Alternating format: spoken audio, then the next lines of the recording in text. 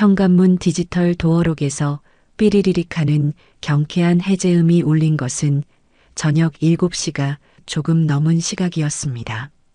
곧이어 하이힐 소리가 또각거리며 거실로 이어졌고 소파 가죽이 푹 꺼지는 소리와 함께 깊은 한숨이 들려왔어요. 제 며느리 이유정이 퇴근한 겁니다. 저는 주방에서 저녁 식사로 내놓을 시금치를 무치다 말고 소리가 나는 쪽으로 고개를 돌렸습니다.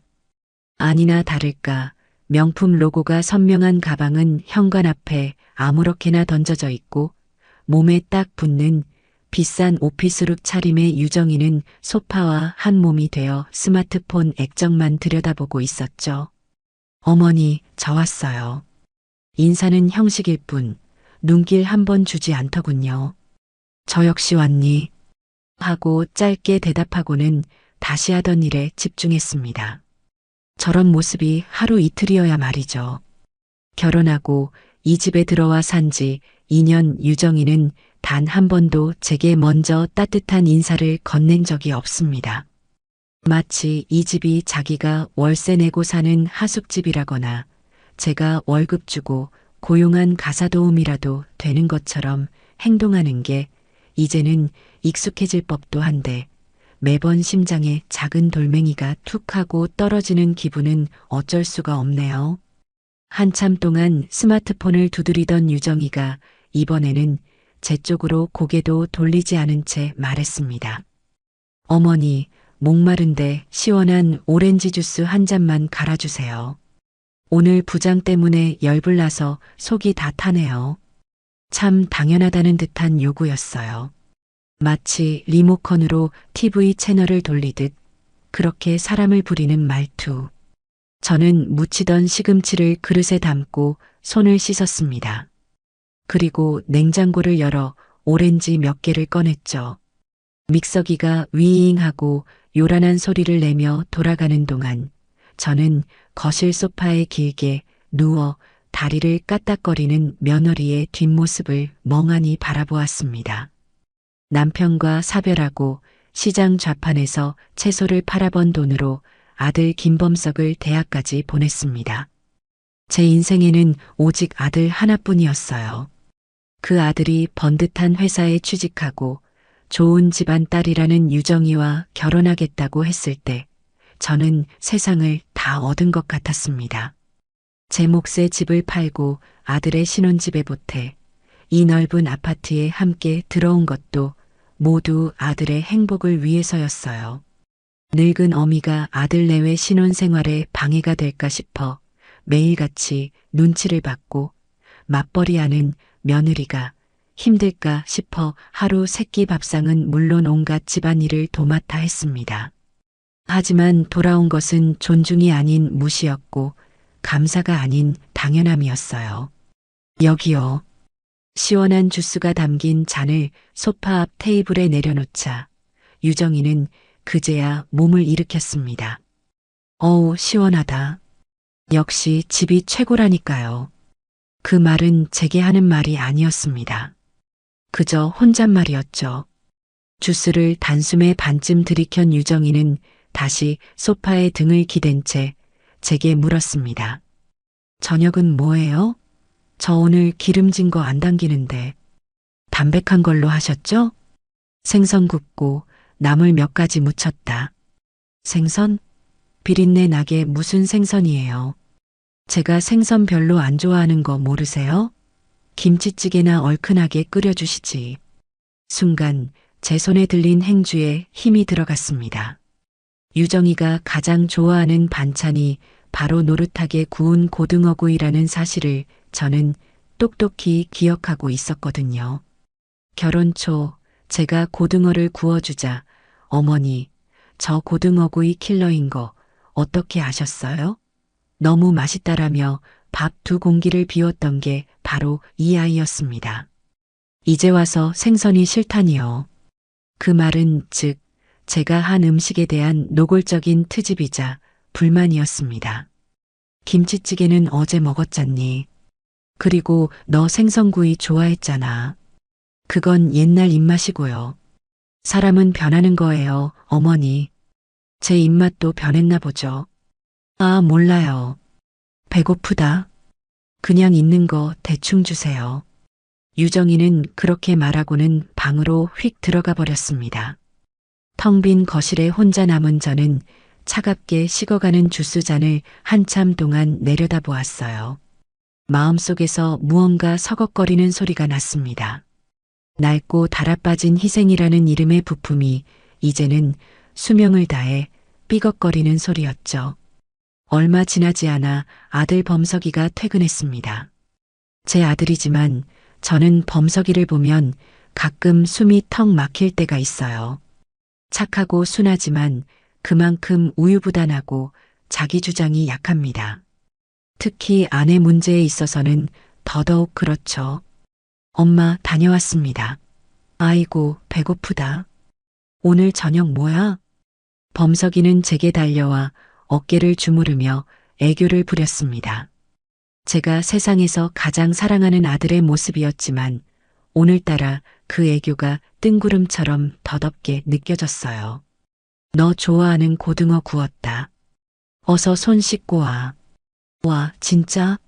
최고. 역시 우리 엄마밖에 없어. 범석이가 욕실로 들어간 사이 방에서 나온 유정이가 남편을 보며 환하게 웃었습니다. 제가 볼 때는 단 한 번도 보여준 적 없는 미소였죠. 범석 씨 왔어?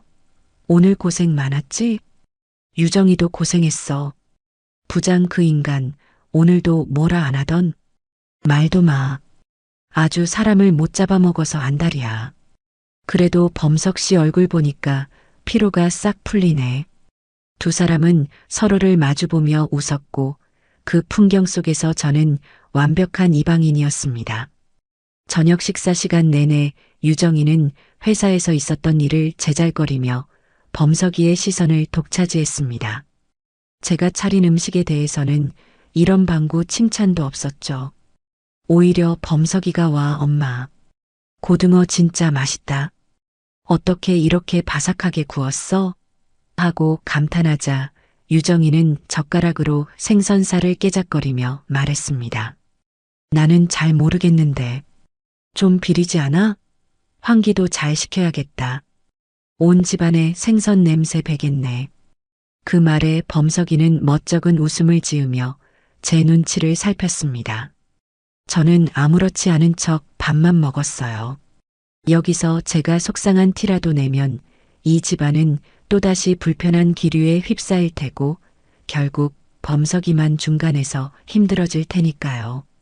그게 제가 지난 2년간 터득한 생존 방식이었습니다.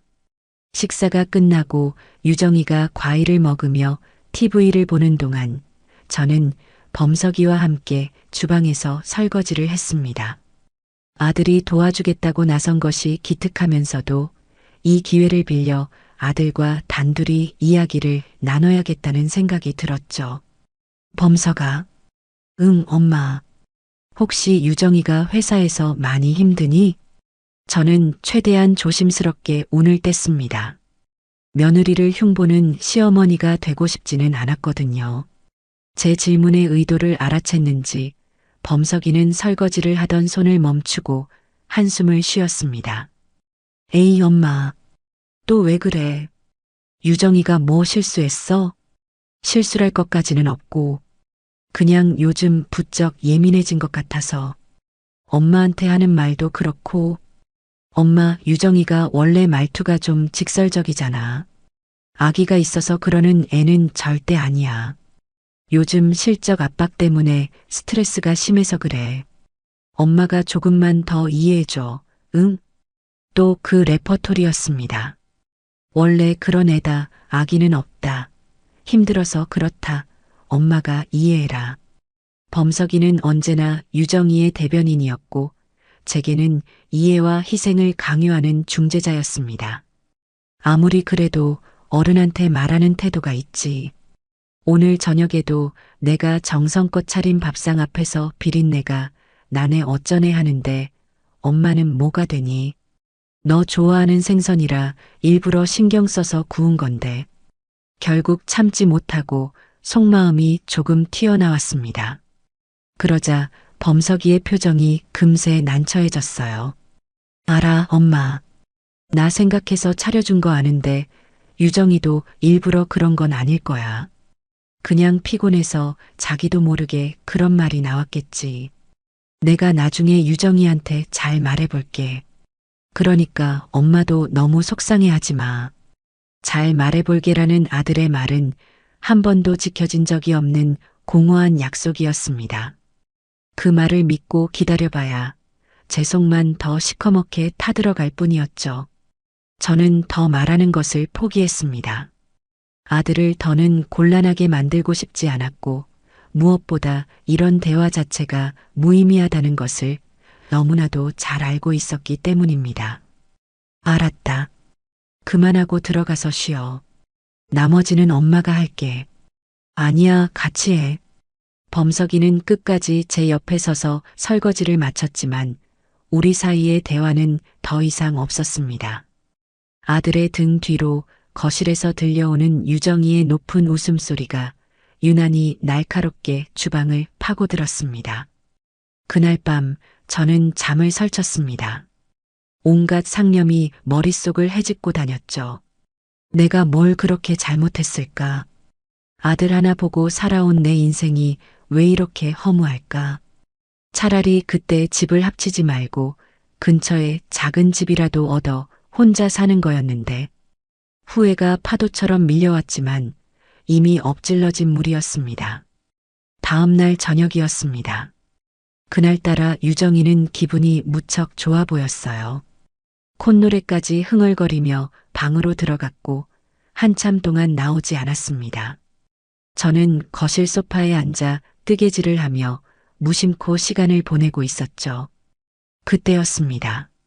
방문이 살짝 열려 있었던 탓인지 유정이가 누군가와 통화하는 목소리가 선명하게 들려왔습니다. 친정어머니인 듯 했어요. 엄마, 나 유정이야. 잘 지내지? 목소리 톤부터가 달랐습니다. 제게 말할 때와는 비교도 안 될 만큼 애교가 넘치고 살가웠죠. 응, 나는 잘 지내지. 범석 씨도 잘해주고. 아, 맞다. 엄마 다음 주 생신이잖아. 내가 깜짝 선물 준비했어. 저는 순간 뜨개질하던 손을 멈췄습니다. 생신 선물이라는 단어가 귓가에 와서 박혔거든요. 비밀인데 엄마한테만 살짝 알려주는 거야. 이번에 사위가 엄마 기력 없으신 것 같다고 특별히 신경 좀 썼어. 최고급 한우 세트에다가 녹용까지 듬뿍 넣은 보약 한제 떡하니 지어놨지 뭐야. 대단하지, 우리 신랑? 녹용, 보약. 그 단어들이 제 심장을 서늘하게 찔렀습니다. 제 아들 범석이가 제 사돈의 보약을 지어줬다는 말이었습니다. 물론 아들이 장모에게 잘하는 것은 좋은 일입니다. 나무랄 일이 아니죠. 하지만 유정이의 다음 말이 제 마음에 비수를 꽂았습니다. 어휴, 돈은 좀 깨졌지. 그래도 엄마 건강이 최우선이잖아. 범석 씨 월급 타자마자 내가 바로 결제해버렸어. 범석 씨는 엄마 드실 거라고 하니까 아무 말 못하더라. 역시 내 말은 잘 듣는다니까. 자랑스럽게 떠드는 그 목소리에서 저는 아들이 자발적으로 한 일이 아님을 직감했습니다. 유정이가 아들의 월급으로 아들의 의사와는 상관없이 오직 자신의 생색을 내기 위해 벌인 일이라는 것을요. 제 아들이 번 돈이, 제가 평생 고생하며 키운 아들의 피 같은 돈이 그렇게 사돈의 보약값으로 넘어가고 있었습니다. 응, 그러니까 생신날 기대해. 내가 그거 들고 갈게. 알았지, 엄마. 사랑해. 통화가 끝나고 저는 한동안 그 자리에 못 박힌 듯 앉아 있었습니다. 손에 들고 있던 뜨개질 실이 힘없이 바닥으로 떨어졌어요. 머리 가죽부터 발끝까지 피가 차갑게 식는 기분이었습니다. 지난 세월의 모든 서러움과 무시, 그리고 오늘 제가 목격한 이 기막힌 현실이 한데 뒤엉켜 거대한 분노의 소용돌이가 되어 제 안에서 휘몰아쳤습니다. 그래요. 사돈어른 생신에는 녹용보약을 다려 바치는구나. 내 아들 돈으로. 그럼 내 생일에는 무엇을 해줄까? 그 순간 저는 제 인생을 건 아주 중요한 결심을 하게 되었습니다. 더는 이렇게 살 수 없다는, 내 인생을 이대로 썩게 내버려 둘 수는 없다는 처절한 깨달음이었습니다. 거실 창밖으로 보이는 도시의 야경이 그날따라 유난히 흐릿하게 번져 보였습니다. 그것은 눈물이 아니었습니다. 제 안에서 뜨겁게 타오르기 시작한 분노의 불꽃 때문에 세상이 아른거리고 있었을 뿐입니다. 지긋지긋한 이 연극을 끝낼 때가 드디어 온 겁니다. 사돈의 생신 선물로 녹용 넣은 보약을 올린다는 며느리의 통화 내용을 엿들은 그날 밤 저는 뜬 눈으로 밤을 새웠습니다. 분노와 배신감에 잠을 이룰 수 없었던 것이 아니에요. 오히려 그 반대였습니다. 안개가 자욱한 새벽녘 길 잃은 나그네가 마침내 저 멀리 반짝이는 등대를 발견한 것처럼 제 머릿속은 수십 년 만에 가장 맑고 명료해졌습니다. 더는 망설일 것도 미련을 가질 것도 없다는 확신. 그 서늘한 확신이 제 온몸의 피를 차갑게 식히고 이성을 또렷하게 깨웠죠. 제 인생의 나침반이 드디어 가야 할 방향을 정확하게 가리키기 시작한 겁니다. 그날 이후 제 일상은 겉으로 보기엔 아무것도 달라지지 않았습니다. 저는 여전히 새벽에 일어나 아침을 준비했고 청소와 빨래를 했으며 아들 내외가 돌아오기 전에 저녁 식사를 차려놓는 그림자 같은 시어머니의 역할을 충실히 수행했어요. 하지만 제 안에서는 거대한 변화가 일어나고 있었습니다. 유정이의 가시돋친 말을 들어도 범석이의 어설픈 중재를 지켜봐도 예전처럼 가슴에 생채기가 나지 않았습니다. 마치 두꺼운 유리벽을 사이에 두고 다른 세상 사람들의 연극을 관람하는 기분이었습니다. 저들은 곧 무대에서 퇴장할 배우들이고 저는 이 연극의 막을 내린 연출가이자 마지막 관객이었으니까요. 시간은 무심하게 흘러 제 60번째 생일이 다가왔습니다. 환갑이었죠. 남들은 자식들이 차려준 성대한 잔치상 앞에서 만수무강을 기원받는다는 인생의 중요한 길목이었습니다. 하지만 저는 아무런 기대도 하지 않았습니다. 기대가 없으니 실망도 없을 터였죠. 생일날 아침 저는 평소보다 조금 이른 새벽 5시에 눈을 떴습니다. 혹시나 하는 마음 때문이 아니었어요. 그저 저 자신에게 지난 60년의 고단했던 세월을 위로하는 시간을 선물하고 싶었을 뿐입니다. 조용히 부엌으로 나가 쌀을 씻어 밥을 안 치고 말려두었던 미역을 물에 불렸습니다. 남편과 사별하고 범석이를 키우는 동안 제 생일 미역국은 늘 제 손으로 끓여야 했어요. 시장에서 채소 장사를 하느라 바빠 생일조차 잊고 지나갈 때가 많았지만 그래도 가끔은 이렇게 이른 새벽에 일어나 스스로에게 작은 상을 차려주곤 했습니다. 명수가 고생했다. 살아내느라 애썼다. 하고요. 들기름에 미역과 소고기 양지를 달달 볶다가 국간장으로 간을 맞추니 구수한 냄새가 집안에 퍼지기 시작했습니다. 그때였습니다. 범석이가 부스스한 얼굴로 안방에서 나왔어요. 엄마, 일찍 일어나셨네요. 무슨 냄새지? 엄청 고소하네. 아들은 그렇게 말하며 냉장고 문을 열어 찬물을 들이켰습니다. 제 생일이라는 사실은 까맣게 잊은 얼굴이었죠. 저는 잠시 아들의 얼굴을 바라보았습니다. 제 모든 것이었던 아들. 하지만 이제는 제게서 너무도 멀어져 버린 아들. 소고기 미역국 끓였다. 너 아침 먹고 가려고. 와, 진짜요? 아침부터 진수성찬이네. 무슨 좋은 일 있어요? 저는 그저 희미하게 웃으며 고개를 저었습니다. 좋은 일 있었죠. 제 아들이 모르는 저만의 좋은 일이 이제 막 시작되고 있었으니까요. 아들은 서둘러 출근 준비를 했고 저는 정성껏 차린 아침상을 차렸습니다. 따끈한 미역국에 제가 좋아하는 잡채도 조금 하고 계란말이도 부쳤어요. 잘 먹겠습니다. 범석이는 평소처럼 씩씩하게 인사를 하고 밥을 먹기 시작했습니다. 한창 밥을 먹던 아들이 문득 고개를 갸웃하며 물었어요. 근데 엄마, 오늘 무슨 날이에요? 갑자기 왜 이렇게 맛있는 걸 많이 했어요? 심장이 잠시 쿵 하고 내려앉는 것 같았습니다. 혹시 기억해낸 걸까? 하지만 이어지는 아들의 말은 제 마지막 남은 한 조각의 기대를 산산조각 냈습니다. 아, 혹시 오늘 아버지 제사예요? 제가 날짜를 잊어버렸나? 저는 숟가락을 든 채 잠시 허공을 바라보았습니다. 그래요. 범석이에게 오늘이라는 날은 제 생일이 아니라 혹시나 잊어버렸을지 모를 아버지의 제삿날일 뿐이었습니다. 저는 천천히 고개를 저으며 말했어요. 아니다. 그냥 내가 먹고 싶어서 좀 해봤다. 너도 많이 먹어. 에이, 놀랐네. 하긴 아버지 제사는 아직 멀었지. 암튼 잘 먹을게요, 엄마.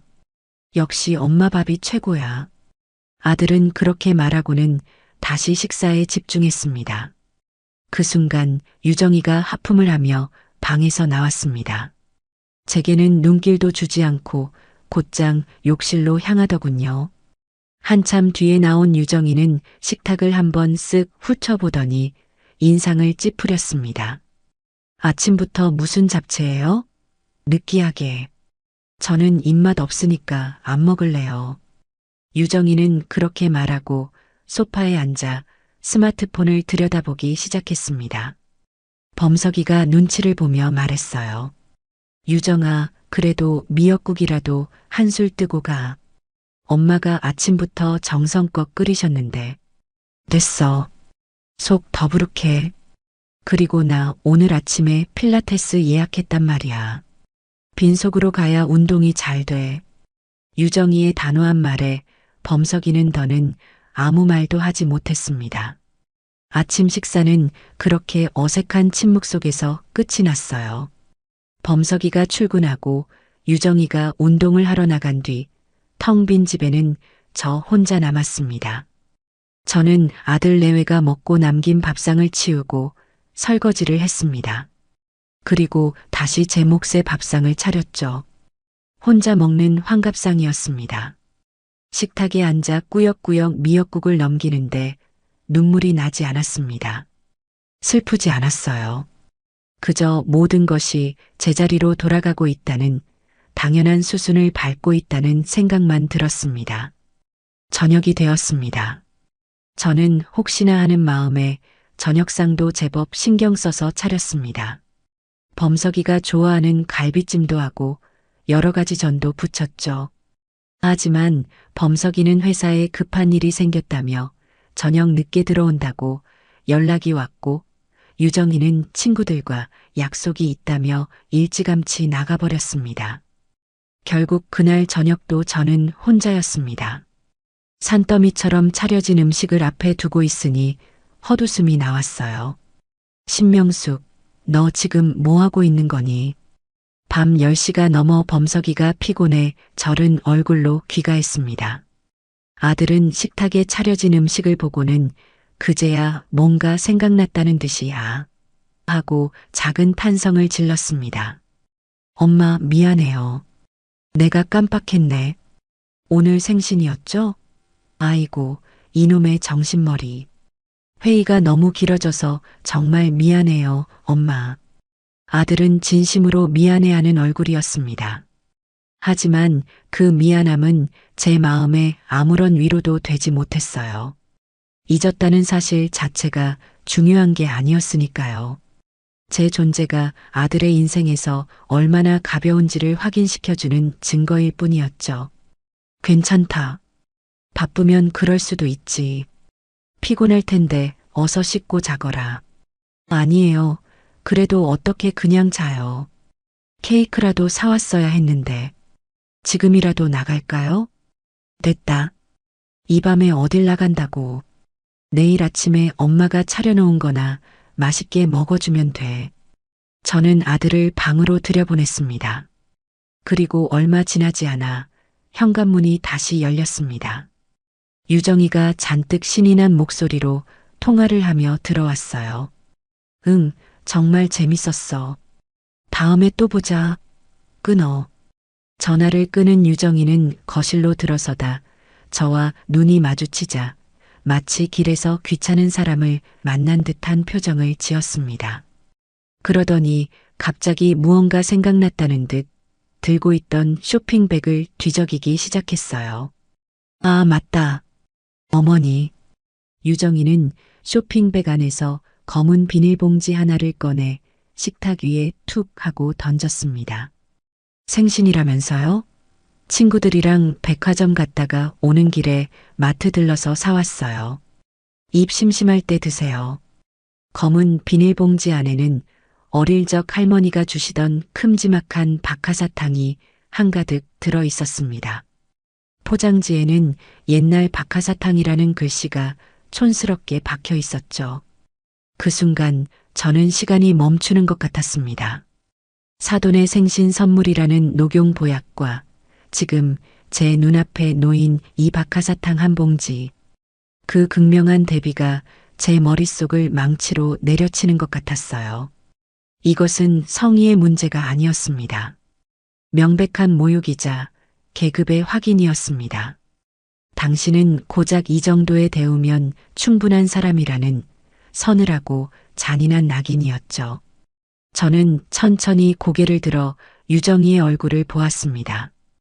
유정이의 입가에는 옅은 비웃음이 걸려 있었어요. 제 반응을 즐기고 있는 것이 분명했습니다. 저는 화를 내지도 슬퍼하지도 않았습니다. 그저 제 안에 마지막 남은 미련과 정을 깨끗하게 도려내는 칼날이라고 생각했어요. 저는 아주 천천히 그리고 공손하게 입을 열었습니다. 고맙구나. 내가 박하사탕 좋아하는 건 어떻게 기억하고 있었니? 아주 사려가 깊어. 제 차분한 반응에 유정이는 오히려 당황한 기색이었습니다. 제가 길길이 날뛰며 분노하기를 기대했던 모양이에요. 하지만 저는 그러지 않았습니다. 이제 저들은 제 감정을 소모할 가치조차 없는 사람들이었으니까요. 그럼요. 어른들 입맛은 다 비슷하잖아요. 그럼 저 피곤해서 먼저 들어갈게요. 유정이는 그렇게 말하고는 제 방으로 쏙 들어가 버렸습니다. 저는 한참 동안 식탁에 놓인 박하사탕 봉지를 내려다보았습니다. 그리고 결심했죠. 이 모욕을 저는 평생 잊지 않을 겁니다. 그리고 반드시 갚아줄 겁니다. 그날 밤 저는 제 방으로 들어와 낡은 노트북을 켰습니다. 먼지가 뽀얗게 쌓인 노트북이었지만 작동은 잘 되었어요. 인터넷 창을 열고 검색창에 한 글자 한 글자 힘주어 단어를 입력했습니다. 부동산 매매 절차, 명의자, 단독 판매 가능 여부, 강남구 아파트 시세. 화면에 떠오르는 수많은 정보들을 읽어내려가는 동안 제 심장은 차갑고 빠르게 뛰기 시작했습니다. 두려움은 없었어요. 오직 해방감과 약간의 흥분만이 존재할 뿐이었습니다. 이 집은 남편이 남긴 유산과 제가 평생 모은 돈으로 제 이름, 신명숙의 이름으로 등기된 집이었습니다. 아들 내외는 그저 세입자나 다름없었죠. 법적으로 저는 이 집을 제 마음대로 처분할 수 있는 유일한 권리자였습니다. 수많은 부동산 중개업소의 연락처를 훑어보던 중 제 눈에 한 이름이 들어왔습니다. 대박부동산 대표 박철민. 오래전 시장에서 함께 장사하던 언니가 입이 닳도록 칭찬하던 사람이었습니다. 입이 무겁고 일처리가 확실하며 절대 고객을 배신하지 않는다고요. 저는 망설이지 않고 그 번호를 제 낡은 휴대폰에 저장했습니다. 그리고 다음 날 아침 아들 내외가 모두 출근한 것을 확인한 뒤 저는 창가에 서서 박하사탕 한 알을 입에 넣었습니다. 화한 박하향이 입안에 퍼지자 어지럽던 머리가 오히려 맑아지는 기분이었습니다. 그래, 이 맛을 기억하자. 이 치욕의 맛을. 저는 휴대폰을 들고 저장해둔 번호를 눌렀습니다. 신호음이 몇 번 울리고 굵직한 남자의 목소리가 들려왔습니다. 네, 대박 부동산입니다. 저는 창밖의 회색 도시를 내려다보며 떨림 없는 목소리로 말했습니다. 안녕하세요. 아파트 매매건으로 문의 좀 드리려고 전화했습니다. 제 인생의 두 번째 막이 그렇게 조용히 하지만 단단하게 오르고 있었습니다. 대박 부동산의 박철민 대표와의 만남은 신속하게 이루어졌습니다. 저는 아들 내외에게 오래된 계모임이 지방에서 있어서 하루 다녀와야겠다고 둘러댔어요. 유정이는 제 외출에 아무런 관심도 없었고 범석이는 엄마 차비는 있으세요? 조심히 다녀오세요라며 의심 없는 눈으로 저를 배웅했습니다. 그들의 무관심이 제게는 완벽한 알리바이가 되어 주었죠. 약속 장소는 저희 집에서 지하철로 1시간은 좋게 가야 하는 낯선 동네의 허름한 찻집이었습니다. 박 대표가 일부러 그렇게 정한 것이 분명했어요. 찻집 안으로 들어서자 창가에 앉아 신문을 보고 있던 중년 남자가 저를 보고 자리에서 일어났습니다. 깡마른 체구에 날카로운 눈매를 가진 한눈에 봐도 보통 내기가 아닌 사람처럼 보였어요. 신명숙 선생님 되십니까? 박철민입니다. 그의 목소리는 전화에서처럼 굵고 차분했습니다. 저는 고개를 끄덕이며 그의 맞은편에 앉았습니다. 그는 제가 자리에 앉자마자 단도직입적으로 물었어요. 따님이나 아드님 몰래 집을 파시는 겁니까? 저는 그의 직설적인 질문에 놀라지 않았습니다. 오히려 애둘러 말하지 않는 그의 방식이 마음에 들었어요. 네, 맞습니다. 아들과 며느리는 잔금을 치르고 이사 나가는 당일까지 이 사실을 전혀 알아서는 안 됩니다. 가능하시겠습니까? 박 대표는 제 눈을 한참 동안 빤히 쳐다보았습니다. 마치 제 속을 꿰뚫어 보려는 듯한 날카로운 눈빛이었죠. 저는 피하지 않고 그 시선을 똑바로 마주했습니다. 한참의 침묵 끝에 그가 낮은 목소리로 말했습니다. 선생님, 제가 이 일을 20년 넘게 하면서 별의별 사연을 다 봤습니다. 자식들 몰래 재산 처분하러 오시는 어르신들도 덜어 있었고요. 그런데 대부분은 오셔서 우시고 하소연하시고 망설이십니다. 그런데 선생님 눈에는 그런 게 없으시네요. 망설임도 슬픔도 오직 확신만 가득 차 있습니다. 지난 60년 동안 충분히 망설이고 슬퍼했습니다. 이제는 행동할 때라고 생각할 뿐입니다. 제 단호한 대답에 박 대표는 희미하게 미소를 지었습니다. 만족스럽다는 듯한 미소였죠. 알겠습니다. 그 정도의 각오라면 제가 도와드릴 수 있습니다. 아니, 반드시 성사시켜 드려야죠. 우선 등기부등본을 확인해 보니 명의는 온전히 선생님 앞으로 되어 있더군요. 법적으로는 아무런 문제가 없습니다. 다만 현재 아드님 내외가 거주하고 있으니 집을 보러 오는 과정이 조금 까다로울 수 있습니다. 그건 제가 알아서 하겠습니다. 아들 내외를 집에서 내보낼 방법은 제가 찾을 테니 박 대표님께서는 확실한 매수자만 찾아주십시오. 조건은 단 하나입니다. 신속하고 조용하게. 가격은 시세보다 조금 낮춰도 상관없습니다. 알겠습니다. 선생님의 의지가 확고하시니 일이 더 수월하겠군요. 그럼 제가 최대한 빨리 그리고 입이 무거운 매수자로 알아보겠습니다. 연락드리겠습니다. 우리의 만남은 그렇게 30분 만에 끝이 났습니다. 찻집을 나서며 저는 제가 아주 중요한 동맹군을 얻었다는 사실에 안도했습니다. 이제 주사위는 던져졌고 저는 루비콘 강을 건넌 것이나 다름없었죠. 며칠 뒤 박 대표에게서 연락이 왔습니다. 마침 근처에 신혼집을 구하는 젊은 부부가 있는데 저희 집을 마음에 들어 한다는 것이었습니다. 당장 내일이라도 집을 보고 싶어 한다고요. 심장이 철렁 내려앉았지만 저는 애써 침착하게 대답했습니다. 알겠습니다. 내일 오후 2시.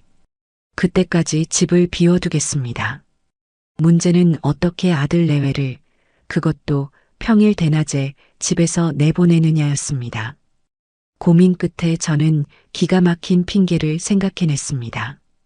그날 아침 저는 아침 식사를 준비하며 유난히 기침을 해대기 시작했습니다. 콜록, 콜록. 아이고 목이야. 범석이가 걱정스러운 얼굴로 물었습니다. 엄마 감기예요? 병원 가보셔야 하는 거 아니에요? 아니다. 그냥 환절기라 목이 좀 칼칼한가 보다. 그런데 얘들아, 오늘 아파트 관리사무소에서 연락이 왔는데 우리 라인 전체에 소독을 한다고 하더구나. 요즘 무슨 벌레가 유행이라나. 그래서 오후 1시부터 4시까지는 집을 완전히 비워줘야 한단다. 소독약이 독해서 사람 있으면 안 된대. 물론 전부 거짓말이었습니다. 하지만 제 연기는 너무나도 자연스러웠고 두 사람은 감쪽같이 속아 넘어갔습니다. 아, 진짜요? 귀찮게 됐네. 유정이가 투덜거렸습니다. 그럼 어떻게 해요? 그 시간에 밖에 있어야 한다는 거잖아요. 그러게나 말이다. 그래서 말인데 너희들 점심시간에 나와서 엄마랑 같이 점심 먹고 근처 영화관에서 영화나 한 편 보고 들어오면 시간이 맞지 않겠니? 엄마가 영화표는 쏠게. 제 제안에 유정이는 잠시 고민하는 듯 하더니 이내 고개를 끄덕였습니다. 평일 대낮의 데이트가 그리 나쁘지만은 않다고 생각한 모양이에요. 뭐, 그것도 괜찮겠네요. 범석 씨는 어때? 나는 좋지. 엄마랑 유정이랑 다 같이 영화 본 지도 오래됐잖아. 좋아요, 엄마. 계획은 완벽하게 성공했습니다. 다음 날 오후 저는 아들 내외를 데리고 집 근처 식당에서 점심을 먹고 최신 개봉 영화표를 끊어 영화관으로 들여보냈습니다. 엄마는 영화 보면 답답해서 싫다. 너희 둘이 재미있게 보고 와. 나는 근처 시장 구경이나 하고 있을게. 두 사람이 영화관으로 들어가는 것을 확인한 뒤 저는 서둘러 집으로 향했습니다. 심장이 미친 듯이 뛰기 시작했어요. 집에 도착하니 박 대표와 젊은 부부가 아파트 앞에서 저를 기다리고 있었습니다. 오래 기다리셨죠? 어서 들어오세요. 저는 애써 태어난 척하며 그들을 집 안으로 안내했습니다. 젊은 부부는 집이 깨끗하고 넓다며 무척 마음에 들어하는 눈치였어요. 저는 집 안 구석구석을 설명해 주면서도 온 신경은 휴대폰에 쏠려 있었습니다. 혹시라도 아들이나 며느리에게서 전화가 올까봐 조마조마했죠. 그리고 아니나 다를까 위기는 생각보다 빨리 찾아왔습니다. 안방을 구경하던 중 제 휴대폰 진동이 세차게 울렸습니다. 화면에는 며느리라는 글자가 떠 있었어요. 심장이 쿵하고 바닥으로 떨어지는 것 같았습니다. 저는 재빨리 거절 버튼을 누르고 휴대폰을 주머니 깊숙이 찔러 넣었습니다. 왜 그러세요, 선생님? 안색이 안 좋으신데. 박 대표가 눈치 빠르게 물었습니다. 아닙니다. 괜찮습니다. 계속 구경하시죠. 하지만 잠시 후 이번에는 집 전화기가 요란하게 울리기 시작했습니다. 받지 않을 수도 없는 노릇이었죠. 저는 젊은 부부에게 양해를 구하고 수화기를 들었습니다. 유정이의 짜증 섞인 목소리가 터져 나왔습니다. 어머니, 왜 전화를 안 받으세요? 저 지갑을 집에 두고 온 것 같아요. 지금 잠깐 집에 들렀다 가야 할 것 같은데 괜찮죠? 온몸에 피가 식는 기분이었습니다. 저는 수화기를 쥔 손에 힘을 주며 제 평생의 연기력을 모두 끌어모아 말했습니다. 어머, 유정아. 지금 오면 어떡하니? 지금 소독 기사님들이 막 약을 뿌리기 시작했단다. 냄새가 너무 독해서 머리가 아플 지경이야. 절대 들어오면 안 된다. 지갑은 그냥 엄마 카드 먼저 쓰고 나중에 정산하자. 응? 제 절박한 목소리에 유정이는 잠시 의심하는 듯 했지만 이내 진짜? 짜증나. 알았어요. 그럼 영화 끝나고 연락할게요. 하고 전화를 끊었습니다. 저는 수화기를 내려놓고 길게 숨을 내쉬었습니다. 등줄기에는 식은땀이 흐르고 있었죠. 아슬아슬한 위기를 넘기고 젊은 부부는 만족스러운 얼굴로 집을 나섰습니다. 그들이 돌아간 뒤 저는 소파에 주저앉아 한참 동안 거친 숨을 몰아쉬었습니다. 정말 지옥 같은 시간이었어요. 그날 저녁 박 대표에게서 전화가 왔습니다. 젊은 부부가 집을 계약하겠다는 것이었습니다. 저는 다음 날 다시 한번 외출을 핑계로 부동산 사무실을 찾았습니다. 제 앞에 놓인 매매 계약서를 읽어내려가는데 글자 하나하나가 제 눈에는 자유를 향한 증표처럼 보였습니다. 저는 망설임 없이 계약서에 제 이름 신명숙 석자를 꾹꾹 눌러 썼습니다. 계약금은 바로 선생님 계좌로 입금될 겁니다. 박 대표의 말이 끝나기 무섭게 제 휴대폰에 문자 메시지 알림이 울렸습니다. 은행 앱을 열어 확인하니 제 이름으로 된 비상금 통장에 일금 5천만 원이라는 숫자가 선명하게 찍혀 있었습니다. 그 숫자를 보는 순간 저는 지난 60년의 서름과 고통이 모두 씻겨 내려가는 듯한 해방감을 느꼈습니다. 이것은 단순한 돈이 아니었습니다.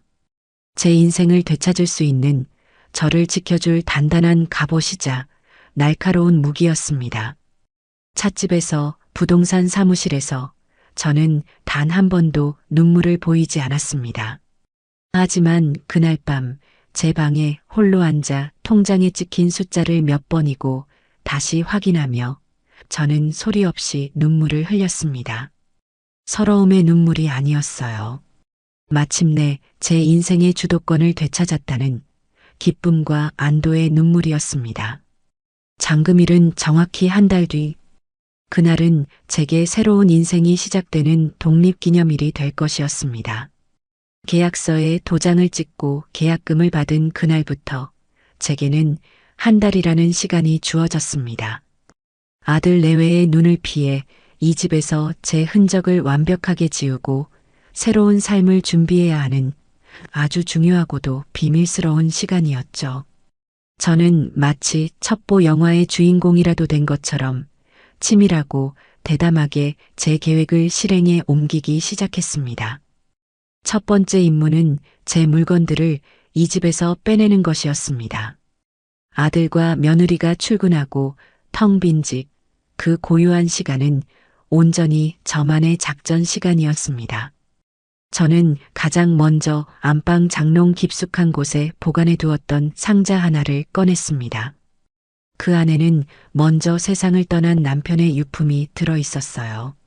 낡은 손목 시계, 그이가 즐겨 쓰던 만년필, 그리고 빛바랜 흑백 사진 몇 장. 물건 하나하나를 꺼내 먼지를 닦아내는데 수십 년 전의 기억들이 파노라마처럼 스쳐 지나갔습니다. 눈물이 핑 돌았지만 감상에 젖어 있을 시간이 없었죠. 저는 그 물건들을 작은 가방에 소중히 옮겨 담았습니다. 다음은 제 개인적인 물건들이었습니다. 젊었을 때부터 한 땀 한 땀 떠서 모아두었던 뜨개 작품들, 시장에서 장사하며 틈틈이 읽었던 낡은 소설책들, 가리고 제 이름이 새겨진 앨범들. 유정이의 눈에는 그저 촌스럽고 낡아 빠진 잡동사니에 불과하겠지만 제게는 지난 세월의 희로애락이 고스란히 담긴 보물들이었습니다. 저는 그 보물들을 커다란 여행 가방과 이민 가방 몇 개에 나누어 담기 시작했습니다. 마치 먼 여행을 떠나는 사람처럼요. 문제는 이 짐들을 어떻게 밖으로 옮기느냐였습니다. 고민 끝에 저는 근처에 있는 24시간 셀프 스토리지 개인 창고를 하나 단기 임대했습니다. 그리고 매일 아침 장을 보러 가는 척하며 시장용 카트에 박스 하나씩을 실어 날랐습니다. 아파트 경비원이나 이웃들이 어머니, 그건 다 뭐예요? 하고 물으면 아이고, 아들네 집 살림이 너무 많아서요. 안 쓰는 겨울옷이랑 이불 좀 정리해서 딸네 집에 갖다 주려고요. 하고 천연덕스럽게 둘러댔습니다. 아무도 저를 의심하지 않았어요. 그들의 눈에 저는 그저 자식들을 위해 꾸준히 일을 마다하지 않는 평범하고 헌신적인 늙은 어머니일 뿐이었으니까요. 하루에 한두 번씩 그렇게 2주에 걸쳐 제 흔적을 지워나갔습니다. 제 방에 있던 옷가지와 책들이 사라지고 거실 장식장을 채우고 있던 제 사진들이 없어졌으며 주방 한편을 차지하던 제 전용 찻잔 세트도 자취를 감췄습니다. 집은 점점 더 낯선 공간이 되어갔지만 제 마음은 오히려 가벼워졌습니다. 낡고 무거운 껍데기를 하나씩 벗어던지는 기분이었어요. 두 번째 임무는 새로운 보금자리를 마련하는 것이었습니다. 저는 계약금의 일부를 들고 아들 내외가 절대 상상하지 못할 곳에 있는 오피스텔을 알아보러 다녔습니다. 젊은 직장인들이 많이 사는 보안이 철저하고 편의시설이 잘 갖춰진 신축 오피스텔이었죠. 부동산 중개인과 함께 몇 군데를 둘러본 끝에 제 마음에 쏙 드는 곳을 발견했습니다. 남향이라 햇볕이 잘 드는 작지만 아늑한 공간이었어요. 창밖으로는 공원이 보여 전망도 훌륭했습니다. 이곳으로 하겠습니다. 저는 망설이지 않고 그 자리에서 임대차 계약서에 도장을 찍었습니다. 입주일은 저희 집 잔금일과 같은 날로 맞췄어요. 모든 것이 제 계획대로 착착 진행되고 있었습니다. 새로운 집의 계약서를 손에 쥐고 돌아오는 길, 저는 처음으로 저 자신만을 위한 가구를 상상해 보았습니다.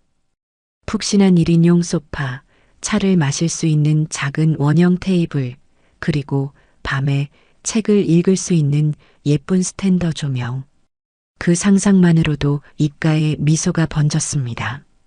그렇게 제가 물밑에서 분주하게 움직이는 동안 물 위의 아들 내외는 아무것도 모른 채 평화로운 일상을 보냈습니다. 아니, 평화롭다기보다는 철없는 계획에 들떠 있었죠. 특히 유정이는 이 집이 곧 자신들의 소유가 될 것이라는 착각에 빠져 하루가 멀다 하고 인테리어 잡지를 사나르기 시작했습니다. 어느 날 저녁 식사 시간이었습니다. 유정이가 갑자기 제게 잡지를 불쑥 내밀며 말했어요. 어머니, 이것 좀 보세요. 요즘은 이렇게 거실을 서재처럼 꾸미는 게 유행이래요. 저희도 나중에 이 집 저희 이름으로 바꾸고 나면 이렇게 싹 다 뜯어 고칠 거예요. 잡지에는 값비싼 원목 책장과 가죽 소파로 꾸며진 모델하우스처럼 번쩍이는 거실 사진이 실려 있었습니다. 그리고 어머니, 이 주방도 너무 촌스러워요. 싱크대도 낡았고, 나중에 범석 씨랑 대출 좀 받아서 수입 타일 깔고 아일랜드 식탁도 크게 하나 놓을 거예요. 어머니는 요리만 하시면 되니까 편하시고 좋죠? 저는 아무 말 없이 고개만 끄덕였습니다. 제 침묵을 동의로 받아들인 유정이는 더욱 신이 나서 떠들어댔습니다. 가장 큰 문제는 어머니 방이에요. 위치는 좋은데 너무 좁고 쓸모가 없어요. 제 말이 맞죠, 범석 씨? 범석이는 갈비찜을 뜯으며 건성으로 대답했습니다. 응, 자기가 그렇다면 그런 거겠지. 그렇죠? 그래서 제가 생각해 봤는데 나중에 어머니 방은 벽을 터서 거실을 넓히는 데 쓰는 게 좋겠어요. 훨씬 집이 넓어 보이고 시원할 거예요. 어머니 짐은 베란다에 창고 작은 거 하나 만들어서 넣어드리면 되고요. 괜찮으시죠, 어머니? 그 순간 저는 밥을 씹던 것을 멈추었습니다. 제 공간을 터서 거실을 넓히고 제 짐은 베란다 창고에 처박아 두겠다. 그 말은 즉 저라는 존재를 이 집에서 완전히 지워버리겠다는 선언이나 다름없었습니다. 저는 천천히 고개를 들어 유정이의 얼굴을 보았습니다. 그 얼굴에는 저에 대한 일말의 존중이나 배려도 찾아볼 수 없었어요. 오직 자신의 욕망과 계획에 대한 기대감만이 가득 차 있었죠. 저는 화가 나지 않았습니다. 오히려 웃음이 나왔어요. 그래, 마음껏 꿈을 꾸렴. 너의 그 꿈이 얼마나 허망하게 부서지는지 내가 똑똑히 보여줄 테니. 저는 아주 온화한 미소를 지으며 말했습니다. 그래, 너희들 좋은 대로 하렴. 이 집은 이제 너희들 집이나 마찬가지니까. 제 대답에 유정이는 만족스러운 미소를 지었고 범석이는 역시 우리 엄마는 쿨하시다니까 라며 제 어깨를 툭 쳤습니다. 그들은 제 말의 진짜 의미를 전혀 알아채지 못했습니다. 그날 이후로도 유정이는 매일 밤 저와 범석이를 앉혀놓고 새로운 집에 대한 자신의 원대한 계획을 브리핑했습니다. 저는 그저 묵묵히 듣고만 있었죠. 제 달력에는 잔금일까지 남은 날짜가 하루하루 줄어들고 있었고 제 마음속 시계는 폭풍이 몰아칠 시간을 향해 정확하게 흘러가고 있었습니다. 한 달이라는 시간은 그렇게 폭풍 전의 고요처럼 아슬아슬한 평화 속에서 빠르게 지나가고 있었습니다. 잔금일까지 남은 날짜가 달력 위에서 마침내 단 하루를 가리키고 있었습니다. 내일이면 이 지긋지긋한 연극의 막이 내리고 제 인생의 이막이 시작되는 날이었죠. 이상하게도 마음은 폭풍 전야처럼 고요했습니다. 지난 한 달 동안 첩보원처럼 움직이며 제 흔적을 지우고 새로운 보금자리를 마련하는 동안 이미 수십 번도 더 마음속으로 내일의 계획을 시뮬레이션했기 때문일지도 모릅니다. 모든 준비는 끝났고 이제는 정해진 운명의 시간까지 묵묵히 걸어갈 일만 남은 것이었어요. 저는 그날 아침 평소보다 더욱 정성을 다해 아침상을 차렸습니다. 마지막 만찬이었으니까요. 물론 그 의미를 아는 사람은 이 집에서 저 하나뿐이었습니다. 저는 아이러니하게도 아들 범석과 며느리 유정이가 가장 좋아하는 음식들로 상을 가득 채우기로 마음먹었습니다. 범석이가 노래를 부르던 소갈비찜을 압력솥에 푹 젓고 유정이가 환장하는 해물파전 반죽도 넉넉하게 만들었죠. 그 외에도 잡채, 삼색나물, 황태 해장국까지 마치 명절 아침과도 같은 풍경이었습니다. 제 정성에 가장 먼저 반응한 것은 역시나 범석이었습니다. 우와, 엄마, 오늘 무슨 날이에요? 제 생일인가? 완전 진수성찬이네요. 아들은 어린아이처럼 기뻐하며 식탁에 앉았습니다. 유정이 역시 평소와는 달리 제법 만족스러운 표정이었어요. 어머니, 웬일이세요? 해물파전까지 하셨네. 맛있겠다. 유정이의 칭찬 아닌 칭찬에도 제 마음은 조금도 동요하지 않았습니다. 저는 그저 온화한 미소를 지으며 말했죠. 그냥 너희들 요즘 힘든 것 같아서 맛있는 거나 해 먹이고 싶었다. 많이들 먹어라. 제 말에 범석이는 감동한 얼굴로 제 손을 덥석 잡았습니다. 역시 우리 엄마밖에 없다니까. 요즘 회사 일 때문에 진짜 힘들었는데 엄마 밥 먹으니까 힘이 불끈 솟는 것 같아요. 고마워요, 엄마. 저는 아들의 손을 말없이 토닥여 주었습니다. 그래, 많이 먹어둬라. 내가 내게 차려주는 마지막 밥상이니. 속으로 되뇌는 말은 차갑기 그지없었지만 제 표정은 세상에서 가장 인자한 어머니의 그것이었습니다. 식사 시간 내내 저는 두 사람을 조용히 관찰했습니다. 갈비찜을 입안 가득 넣고 행복해하는 아들의 얼굴, 해물파전의 바삭한 부분을 골라 먹으며 만족스러워하는 며느리의 표정. 그 모든 것이 제게는 곧 사라질 신기루처럼 아득하게 느껴졌습니다. 유정이는 식사를 하면서도 여전히 인테리어 이야기를 꺼내놓았습니다. 범석 씨, 내가 어제 인터넷으로 찾아봤는데 요즘은 시스템 가구라고 해서 벽에 딱 맞게 짜 넣는 게 있대. 나중에 이 집 우리 앞으로 등기 이전하면 거실 한쪽 벽면을 싹 다 그걸로 채우는 거야. TV랑 책장이랑 한 번에 해결되는 거지. 깔끔하고 좋겠지? 오, 그거 좋은 생각이다. 그럼 집이 훨씬 넓어 보이겠네. 그렇다니까. 어머니 방을 터서 거실을 넓힌 다음에 그렇게 시스템 가구를 짜넣으면 완전 새 집처럼 보일 거야. 친구들 불러서 집들이 하면 다들 기절할걸? 저는 묵묵히 황태 해장국을 떠먹으며 두 사람의 대화를 들었습니다. 그래, 너희들의 그 꿈의 집에 너희들이 설 자리는 없을 것이다. 그들의 계획이 구체적이고 화려해질수록 내일 그들이 마주할 절망의 깊이도 그만큼 더 깊어질 테지요. 저녁 식사가 끝나고 저는 뒷정리를 핑계로 주방에 홀로 남았습니다. 그릇을 닦는 내내 제 머릿속은 내일의 계획을 마지막으로 점검하고 있었죠. 이삿짐 센터와의 통화, 잔금을 치를 은행 약속, 새 오피스텔의 입주 시간. 모든 것이 완벽하게 짜여 있었습니다. 저는 제 방으로 들어가 미리 준비해둔 서류 봉투를 다시 한번 확인했습니다. 그 안에는 이 집의 매매 계약서, 사본과 법무사를 통해 형식적으로 발급받아둔 부동산 명도 요구 내용 증명이 들어 있었습니다.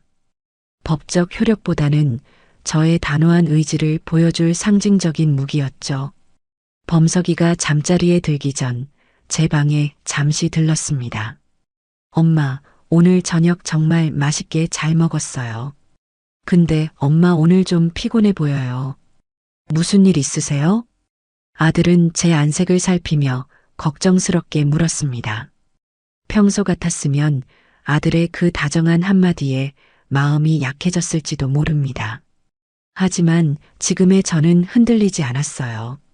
아니다. 그냥 나이가 들어서 그런가 보다. 너도 피곤할 텐데 어서 들어가서 쉬어라. 네, 엄마도 푹 주무세요. 아들이 방을 나가고 저는 조용히 문을 닫았습니다. 그리고 제 인생에서 가장 중요한 탈출을 준비하기 시작했죠. 밤 12시가 넘고 아들 내외가 깊이 잠들었을 무렵이었습니다. 저는 미리 싸둔 작은 하룻밤용 가방을 들고 제 방을 나섰습니다. 가방 안에는 내일 아침 전쟁에 입고 나갈 단정한 옷 한 벌과 세면도구, 그리고 제 모든 것이 담긴 통장과 도장, 신분증이 전부였습니다. 거실을 가로질러 현관으로 향하는 동안 저는 집안을 마지막으로 둘러보았습니다. 제 젊음을 바쳐 일궈낸 이 집, 아들을 키우고 며느리를 맞이했던 이 공간. 하지만 이제 이 집에는 저에 대한 어떤 애착이나 미련도 남아있지 않았습니다. 그저 곧 떠나야 할 낯선 정거장일 뿐이었죠. 저는 아들 내외가 자고 있는 안방문을 잠시 바라보았습니다. 아들아, 부디 이 시련을 딛고 진짜 어른으로 성장하거라. 그것이 어미로서 제가 해줄 수 있는 마지막 기도였습니다. 현관문 손잡이를 잡고 아주 천천히 소리가 나지 않게 문을 열었습니다.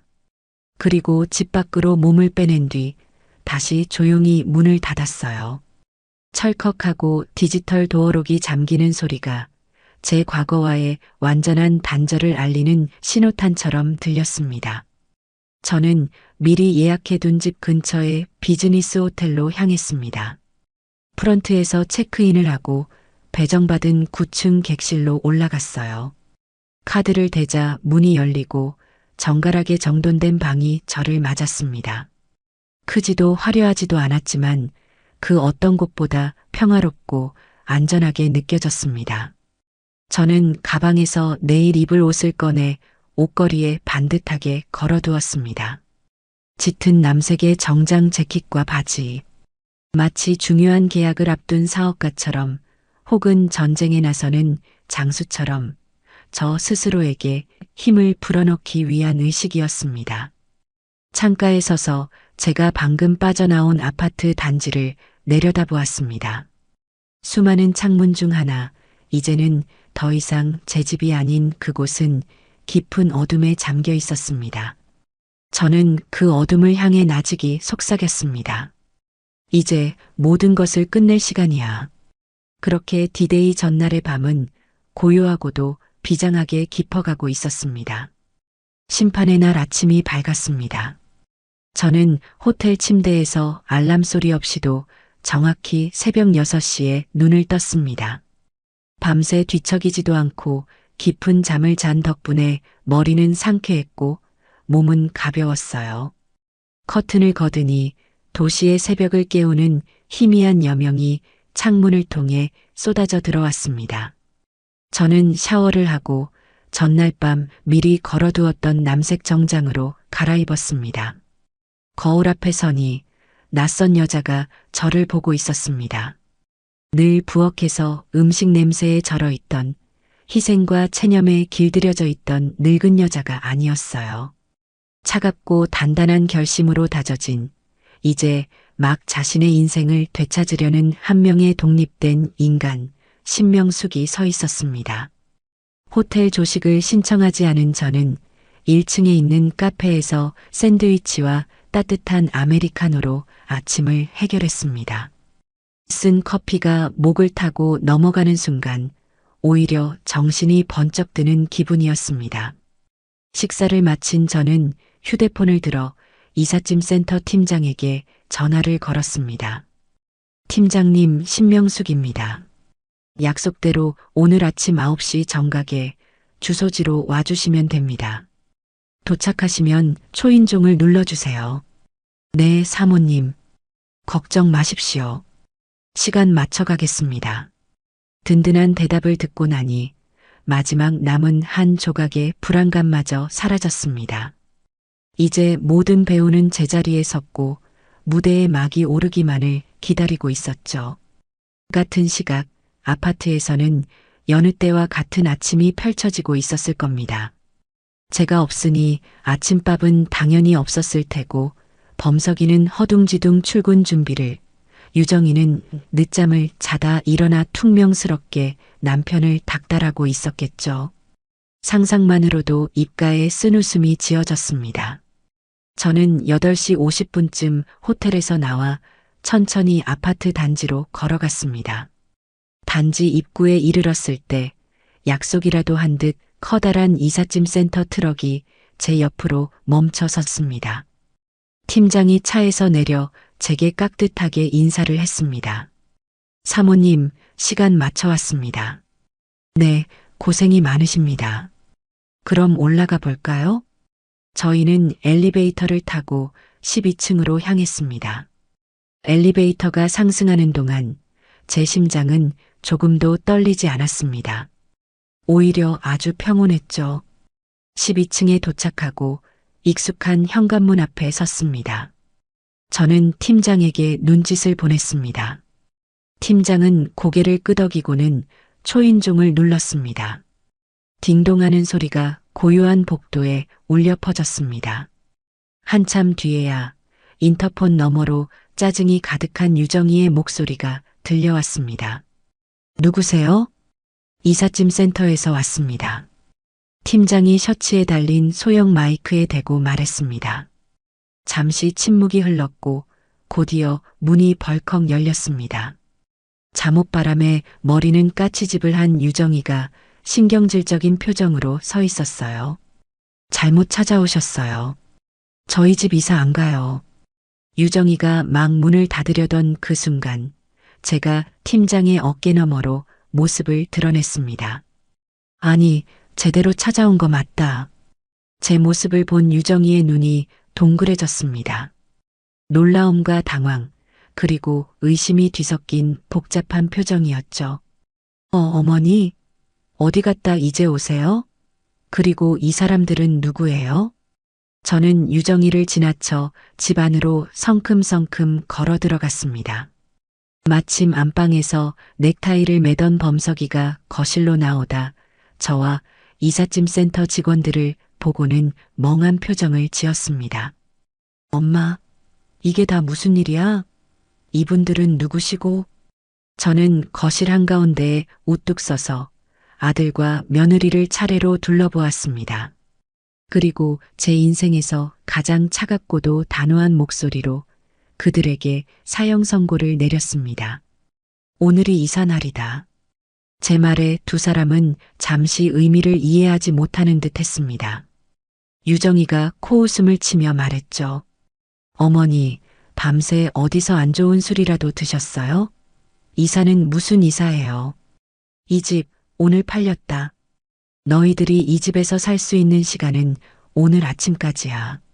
저는 품에서 매매 계약서 사본을 꺼내 거실 테이블 위에 던졌습니다. 범석이가 떨리는 손으로 그 서류를 집어들었습니다. 계약서에 찍힌 제 이름과 도장, 그리고 매매 금액과 잔금일을 확인한 아들의 얼굴이 하얗게 질려갔습니다. 엄마, 이게 무슨... 말도 안 돼. 우리한테 말 한마디 없이 어떻게... 범석이가 말을 잇지 못하고 더듬거리는 사이 상황을 파악한 유정이가 비명에 가까운 소리를 질렀습니다. 어머니, 지금 제정신이세요? 미치셨어요? 여기가 어디라고 함부로 팔아요. 이 집은 우리 집이기도 하잖아요. 저는 그런 유정이의 발악을 차가운 눈으로 내려다보며 말했습니다. 착각하지 마라. 이 집은 처음부터 끝까지 내 이름, 신명숙의 이름으로 된 내 집이다. 너희는 그저 내 집에 잠시 얹혀 살았을 뿐이야. 그리고 저는 이삿짐 센터 팀장에게 고갯짓을 했습니다. 팀장님, 이제 시작하시죠. 이 집에 있는 모든 물건 하나도 빠짐없이 전부 밖으로 빼주십시오. 팀장은 제 말에 망설임 없이 직원들에게 손짓을 했습니다. 자, 거실 큰 가구부터 시작합시다. 우렁찬 목소리와 함께 건장한 남자들이 일사불란하게 움직이기 시작했습니다. 그들은 가장 먼저 소파를 번쩍 들어 올렸어요. 유정이가 앉아있던 바로 그 소파였습니다. 안 돼. 만지지 마. 이거 다 우리 거야. 유정이는 소파를 붙잡고 악을 썼지만 직원들은 아랑곳하지 않고 소파를 현관 밖으로 옮겼습니다. 범석이는 망연자실한 표정으로 제 앞에 와서 무릎을 꿇었습니다. 엄마, 제발, 내가 잘못했어. 내가 다 잘못했으니까 제발 멈춰줘. 응? 우리더러 정말 길바닥에 나 앉으라는 거야, 엄마. 아들이 눈물을 뚝뚝 흘리며 애원했지만 제 마음은 이미 돌처럼 굳어 있었습니다. 일어나라. 너가 빌어야 할 사람은 내가 아니다. 너는 너의 그 무능함과 어리석음에 빌어야지. 그리고 길바닥에 나앉기 싫으면 지금부터라도 정신 차리고 너희들 짐 챙겨. 30분 주마. 그 안에 챙기지 않는 짐은 전부 폐기물로 처리할 테니. 제 냉혹한 선언에 집안은 그야말로 아수라장이 되었습니다. 유정이는 울고불고 소리를 지르다 이내 자신의 방으로 뛰어들어가 값비싼 명품 가방과 옷가지를 챙기기 시작했습니다. 범석이는 한참을 망연자실하게 앉아 있다가 이내 현실을 깨닫고는 덩달아 허둥지둥 짐을 챙기기 시작했죠. 그 와중에도 이삿짐 센터 직원들은 묵묵히 자신들의 일을 수행했습니다. TV가 내려지고 냉장고가 옮겨지고 침대가 분해되었습니다. 두 사람이 지난 2년간 채워왔던 공간이 불과 몇십 분 만에 텅 비어갔습니다. 창밖을 보니 새로운 주인의 이삿짐 트럭이 아파트 단지 안으로 들어서는 것이 보였습니다. 모든 것이 제 계획대로 완벽하게 돌아가고 있었죠. 저는 그 아수라장을 뒤로하고 제 가방을 챙겨 들었습니다. 나는 은행에 가서 잔금 치르고 등기 이전 마무리하고 오겠다. 그때까지 이 집에서 너희들 흔적 깨끗하게 지워놓도록 해. 그 말을 마지막으로 저는 텅 비어가는 집을 나섰습니다. 등 뒤로 유정이의 저주 섞인 울음소리와 범석이의 절망적인 흐느낌이 들려왔지만 저는 단 한 번도 뒤돌아보지 않았습니다. 심판은 이제 막 끝났을 뿐이었습니다. 아수라장이 된 집을 빠져나와 1층으로 내려오니 대박부동산의 박 대표가 저를 기다리고 있었습니다. 그는 엉망이 된 제 몰골 대신 단단한 제 눈빛을 보며 짧게 고개를 끄덕였습니다. 준비되셨습니까, 선생님? 네. 갑시다. 저희는 박 대표의 차를 타고 은행으로 향했습니다. 차창 밖으로 빠르게 지나가는 풍경을 보며 저는 조금 전 집안에서 벌어졌던 일들을 필름처럼 되감아 보았습니다. 유정이의 비명, 범석이의 눈물. 하지만 제 마음속에는 그 어떤 죄책감이나 동정심도 일어나지 않았어요. 그저 오랫동안 앓던 일을 뽑아낸 듯한 시원함과 후련함만이 가득했습니다. 이것은 복수가 아니었습니다. 잘못된 것을 바로잡는 정의의 실현이었죠. 은행 VIP 라운지에는 매수자인 젊은 부부가 먼저 와서 기다리고 있었습니다. 그들은 저희를 보자 자리에서 일어나 깍듯하게 인사를 했습니다. 안녕하세요, 사모님. 네, 안녕하세요. 오래 기다리셨죠? 그들의 선량한 눈을 보니 이 집이 좋은 주인을 만나게 되었다는 생각에 마음이 놓였습니다. 잠시 후 법무사까지 도착하고 잔금 처리와 등기 이전을 위한 서류 작업이 시작되었습니다.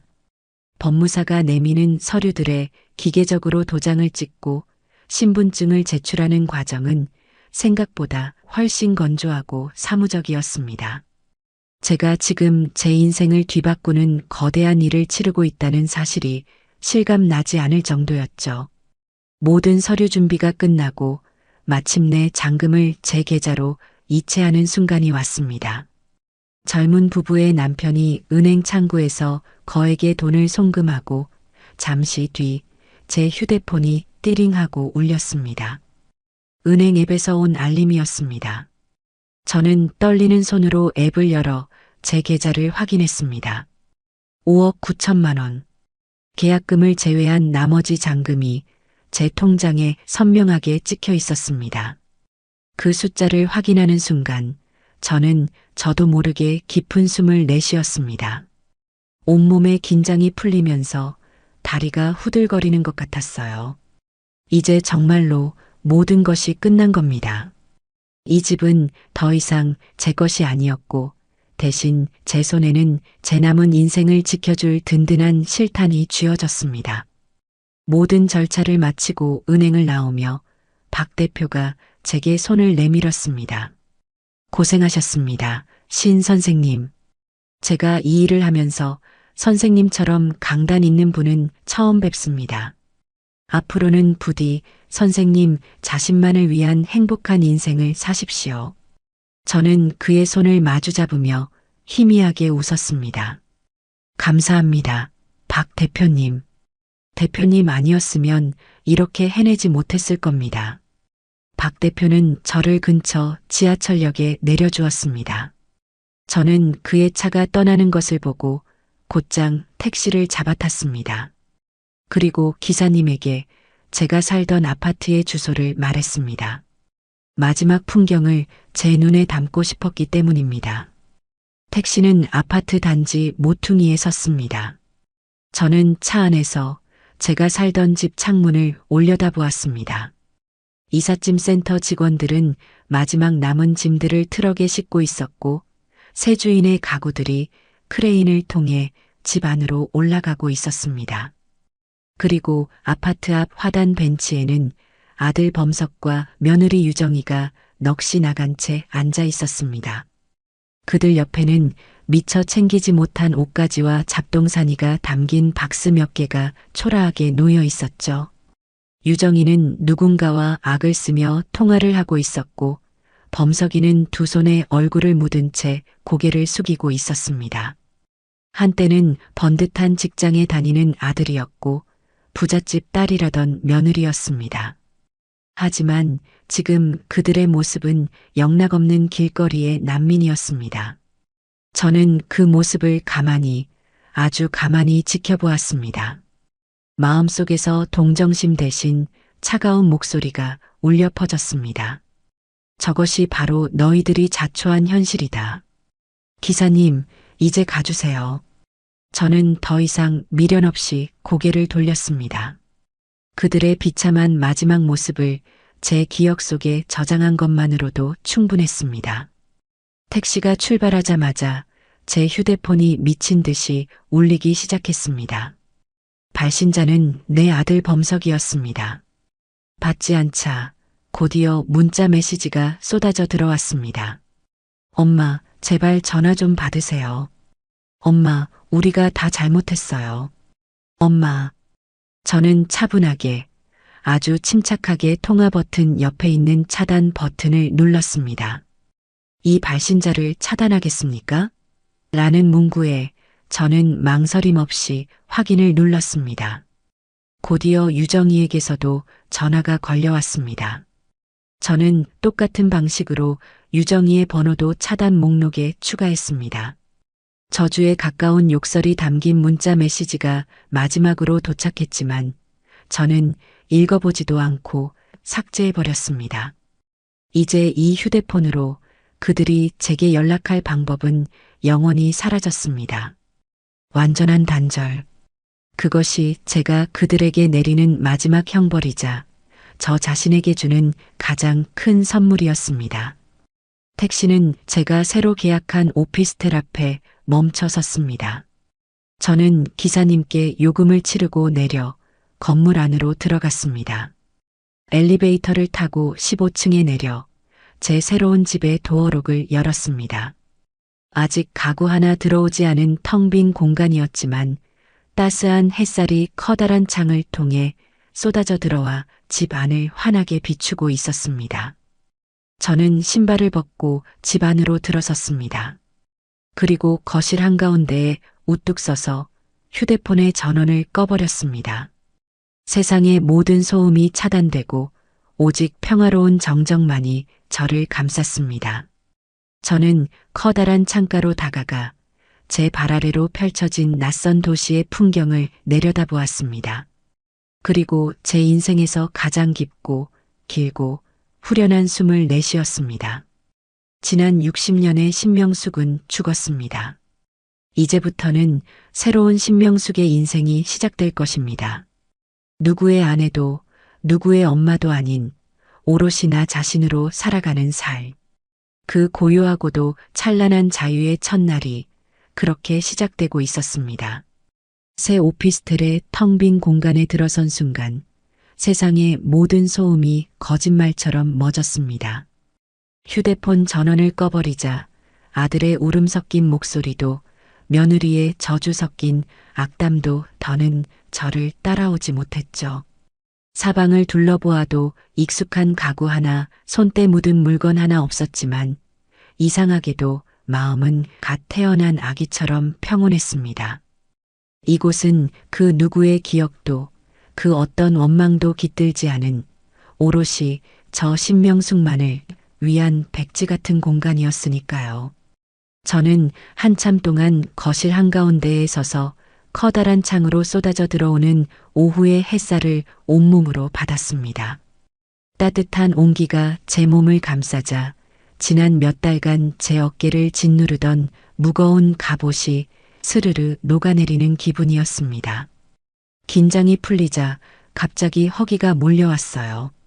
아침에 호텔에서 먹은 샌드위치 한 조각이 전부였으니 당연한 일이었죠. 예전 같았으면 남은 밥에 대충 물이나 말아 먹었겠지만 지금은 달랐습니다.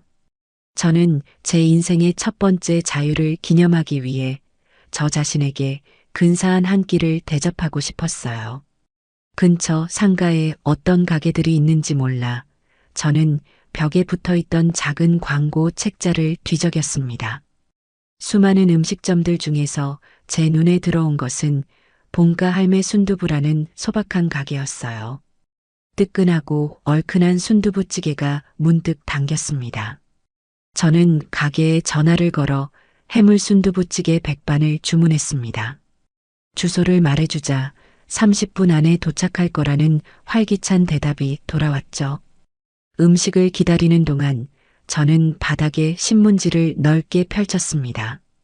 식탁도 의자도 없는 텅 빈 공간이었지만 조금도 처량하게 느껴지지 않았어요. 오히려 소풍이라도 온 것처럼 설레는 기분이었습니다. 잠시 후 초인종이 울리고 배달원이 따뜻한 음식이 담긴 봉지를 건네주었습니다. 봉지를 열자 맛있는 냄새와 함께 정갈하게 포장된 음식들이 모습을 드러냈습니다. 뚝배기에 담겨 아직도 보글보글 끓고 있는 순두부찌개와 따끈한 쌀밥, 그리고 서너 가지의 작은 반찬들. 저는 신문지 위에 음식을 펼쳐놓고 그 앞에 조심스럽게 무릎을 꿇고 앉았습니다. 그리고 첫 숟가락을 떠서 입에 넣었어요. 얼큰하고 시원한 국물이 목을 타고 넘어가는 순간 저는 저도 모르게 아하는 작은 탄성을 내뱉었습니다. 맛있었어요. 정말로요. 평생 수만 번도 넘게 밥을 먹었지만 음식의 맛을 이렇게 온전히 집중해서 느껴본 것은 처음이었습니다. 누구의 눈치도 볼 필요 없이, 누구의 입맛에 맞출 필요도 없이, 오직 저 자신만을 위해 차려진 밥상. 그 소박한 백반 한 상이 제게는 세상 그 어떤 진수성찬보다 더 값지고 눈물겹게 다가왔습니다. 식사를 마치고 일회용 용기들을 깨끗하게 헹궈 분리수거 봉투에 담았습니다. 그리고는 미리 주문해둔 침구 세트를 기다렸죠. 저녁이 되자 택배 기사님이 커다란 박스를 문 앞에 두고 갔습니다. 박스를 열자 제가 고심해서 고른 하얀색 호텔식 침구와 폭신한 토퍼가 들어 있었어요. 저는 텅 빈 방 한가운데에 토퍼를 깔고 그 위에 빳빳하게 풀을 먹인 시트를 씌웠습니다. 그리고 푹신한 베개와 이불을 정리해 놓으니 제법 아늑한 잠자리가 완성되었어요. 그날 밤 저는 그 임시 잠자리에 누워 천장을 바라보았습니다.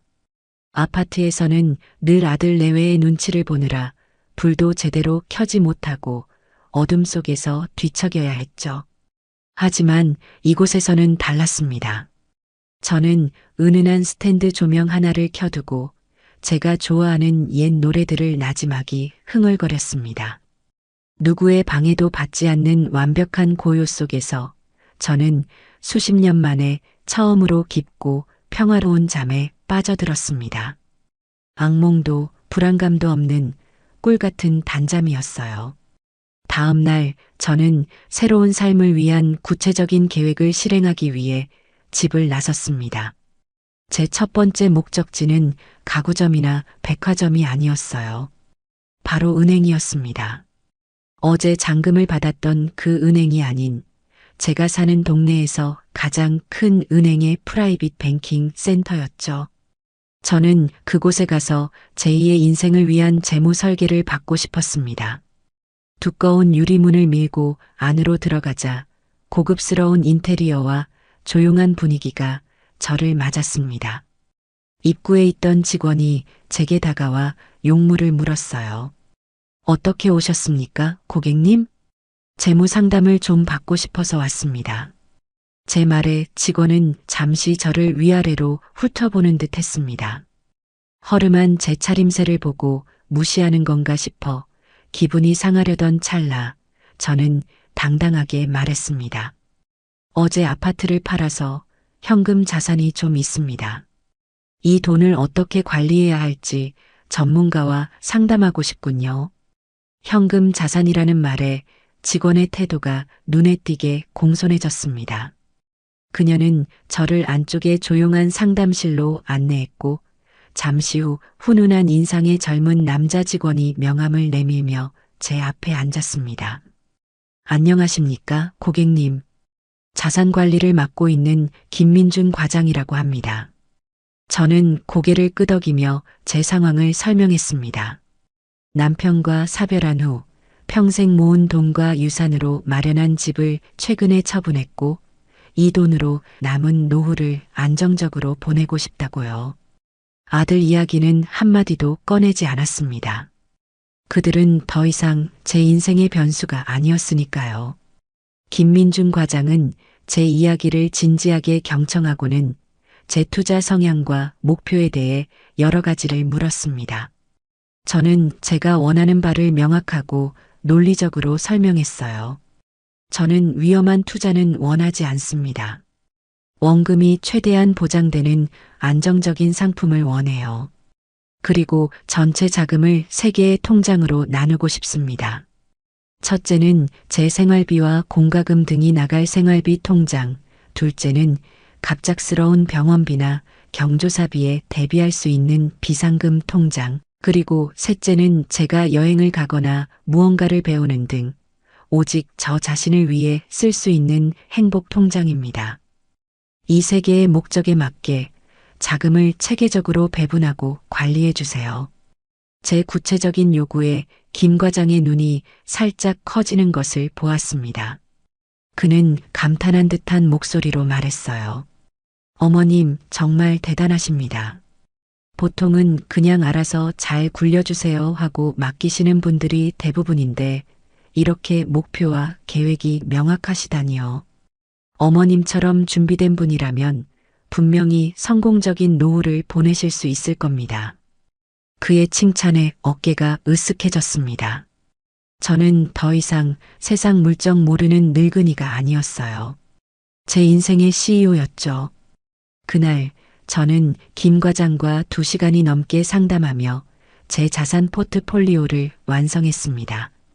안정적인 채권과 예금 상품에 자금의 대부분을 묶어두고 일부는 배당주 펀드에 넣어 매달 현금 흐름을 만들도록 설계했죠. 그리고 목적에 따라 3개의 통장을 개설하고 각각의 통장에 얼마씩 이체할지까지 완벽하게 정했습니다. 모든 서류 작업을 마치고 은행을 나서는 제 발걸음은 날아갈 듯이 가벼웠습니다. 이제 제 미래는 그 어떤 풍파에도 흔들리지 않을 단단한 성벽을 갖게 된 겁니다. 그렇게 며칠이 흘렀습니다. 저는 인터넷으로 주문한 가구들을 하나씩 받으며 저만의 공간을 꾸미는 재미에 푹 빠져 있었어요. 그러던 어느 날 저녁, 제 여동생에게서 전화가 걸려왔습니다. 저와는 10살 터울이라 어릴 적부터 제가 엄마처럼 돌봐주었던 동생이었죠. 언니 잘 지내? 그럼 잘 지내지. 너는? 제부랑 애들은 다 건강하고? 서로의 안부를 묻는 평범한 대화가 오갔지만 저는 동생의 목소리에 무언가 망설임이 섞여 있다는 것을 느낄 수 있었습니다. 아니나 다를까 동생은 한참을 우물쭈물하더니 조심스럽게 입을 열었습니다. 언니 저기 혹시 범석이 소식 들었어? 올 것이 왔구나 싶었습니다. 저는 아무렇지 않은 척 담담하게 대답했어요. 아니, 그 애랑 연락 끊은 지 꽤 됐는데. 무슨 일 있니? 아니 그게 언니한테 이런 말 전해도 되나 모르겠는데. 괜찮으니 말해봐. 제 재촉에 동생은 한숨을 푹 쉬며 그간의 이야기를 들려주었습니다. 제가 집을 팔고 나온 그날 갈 곳이 없어진 범석과 유정은 결국 유정인의 친정, 그러니까 제 사돈댁으로 들어갔다고 합니다. 하지만 사돈댁의 반응은 냉담하기 그지없었다고 해요. 사돈어른은 자기 딸이 시어머니를 쫓아낸 것도 아니고 시어머니에게 쫓겨나서 망신살 뻗치게 했다며 길길이 날뛰었고 사돈 부인은 우리가 어떻게 키운 딸인데 내가 무능해서 이 꼴을 만드냐며 범석이를 매일같이 쥐 잡듯 잡았다는 겁니다. 결국 그들은 사돈댁에 들어간 지 일주일도 채 안 돼서 거의 쫓겨나다시피 나왔다고 했어요. 그리고 지금은 보증금 500만 원짜리 햇볕도 잘 들지 않는 반지하 월세방을 구해 지내고 있다고 했습니다. 설상가상으로 그 일로 충격을 받은 유정이가 회사에 제대로 출근하지 못해 결국 권고사직을 당했고 범석이 혼자 버는 돈으로는 두 사람의 생활비와 비싼 월세를 감당하기가 벅차 매일같이 돈 문제로 싸운다는 것이었습니다. 동생의 이야기를 듣는 동안 제 마음은 놀랍도록 평온했습니다. 그들의 불행이 제게 어떤 기쁨이나 슬픔도 주지 못했어요. 그저 멀리 다른 나라에서 일어난 나와는 상관없는 사건처럼 들릴 뿐이었습니다. 그래서 범석이가 너한테 연락해서 나한테 돈 이야기 좀 해달라고 부탁하더냐? 제 날카로운 질문에 동생은 당황하며 말끝을 흐렸습니다. 아니, 그건 아니고. 그냥 혹시 언니가 너무 마음 아파할까봐. 그래도 하나뿐인 아들인데. 됐다. 그런 걱정은 하지 마라. 그 애들도 이제 20이 넘은 어른이다. 자기들 인생에서 벌어진 문제는 자기들이 알아서 해결해야지. 나는 이제 내 인생 살기도 바쁘다. 저는 단호하게 말하고 전화를 끊었습니다. 그리고 거실 한가운데에 새로 들여놓은 푹신한 1인용 소파에 깊숙이 몸을 묻었어요. 창밖으로는 도시의 야경이 보석처럼 반짝이고 있었습니다. 저는 그 풍경을 가만히 바라보며 제 선택이 틀리지 않았음을 다시 한번 확신했습니다. 저만의 천국에서 저는 그렇게 조금씩 더 단단해지고 있었습니다. 제 새로운 삶의 모토는 어제까지 한 번도 해보지 않은 일을 오늘 하나씩 해보기였습니다. 지난 60년 동안 제 삶은 누군가를 위한 희생과 의무로 가득 차 있었으니까요. 이제부터는 오직 저 자신을 위한 즐거움과 배움으로 하루하루를 채워가고 싶었습니다. 그 첫 번째 도전은 바로 사진이었습니다. 평생 남의 사진만 찍어줬지 제 사진 한 장 제대로 가져본 적이 없었습니다. 문득 제 눈으로 본 세상을 제 감성으로 담아보고 싶다는 강렬한 열망이 솟아올랐죠. 저는 당장 동네 문화센터에 전화를 걸어 초보를 위한 디지털 사진 강좌에 등록했습니다. 그리고 큰맘 먹고 전문가용 카메라도 한 대 구입했어요. 묵직한 카메라를 목에 걸고 처음 강의실 문을 열었을 때 저는 조금 긴장했습니다. 대부분이 저보다 젊은 사람들이었고 저처럼 나이 지긋한 수강생은 몇 명 없어 보였거든요. 하지만 제 걱정은 기우였습니다. 강사님은 제 열정을 높이 사주셨고 다른 수강생들도 저를 왕언니라 부르며 따뜻하게 대해주었습니다. 특히 제 옆자리에 앉은 한 여자가 제게 먼저 다가와 말을 걸어주었어요. 저와 나이가 비슷해 보이는 아주 쾌활하고 인상이 좋은 분이었습니다. 안녕하세요. 처음 뵙겠습니다. 저는 박영이라고 해요. 사진은 처음 배우시는 거예요? 네, 안녕하세요. 신명숙입니다. 평생 배우고 싶었는데 이제야 용기를 냈네요. 어머, 그러셨구나. 너무 잘 오셨어요. 저도 남편 퇴직하고 나서 시간이 너무 많이 남아서 뭐라도 배워보려고 시작했어요. 우리 앞으로 잘 지내봐요. 영애 씨와의 만남은 제 새로운 일상에 활력을 불어넣어 주었습니다. 저희는 금세 친해졌고 수업이 끝나면 함께 근처 카페에 가서 커피를 마시며 수다를 떨거나 출자 숙제를 하기 위해 함께 공원을 거닐기도 했습니다. 그녀 역시 저처럼 자식들을 모두 출가시키고 남편과 단둘이 살고 있었기에 서로 통하는 점이 많았죠.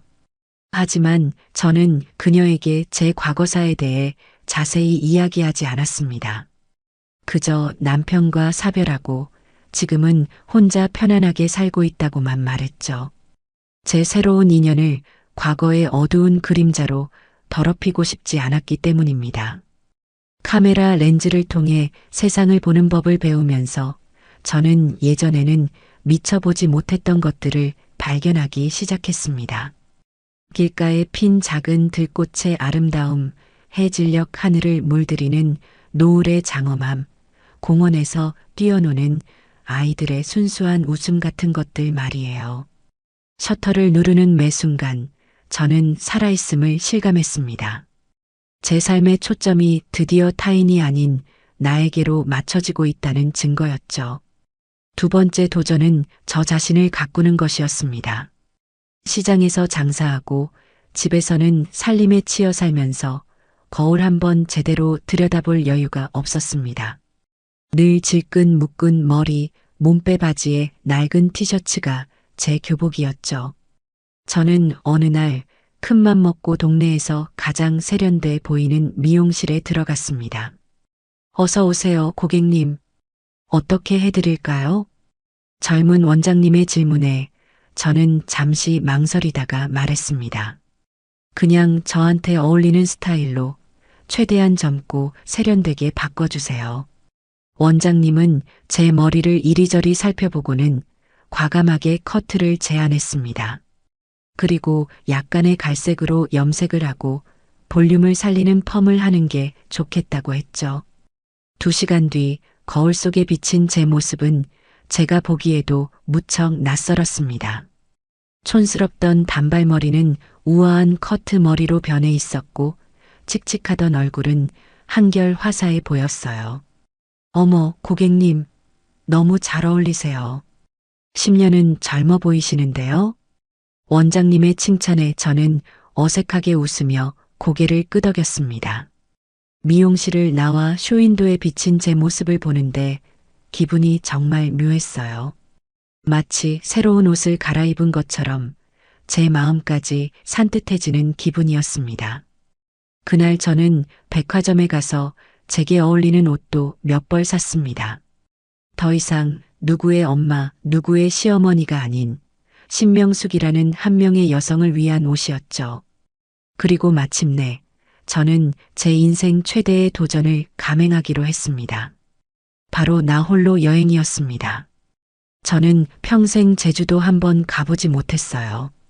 텔레비전에 나오는 푸른 바다와 아름다운 풍경을 보며 언젠가 한번 가보고 싶다는 생각만 막연하게 품고 있었죠. 행복 통장에 쌓인 돈은 바로 이때를 위한 것이었습니다. 저는 인터넷을 뒤져가며 비행기표와 호텔을 예약했습니다. 모든 것을 제 손으로 직접 준비하는 과정은 조금 복잡했지만 그만큼 설레고 뿌듯했어요. 제주공항에 도착해 렌터카를 빌려 해안도로를 달리던 그 순간을 저는 평생 잊지 못할 겁니다. 차창을 열자 짭조름한 바다 내음이 실린 시원한 바람이 제 얼굴을 스쳤습니다.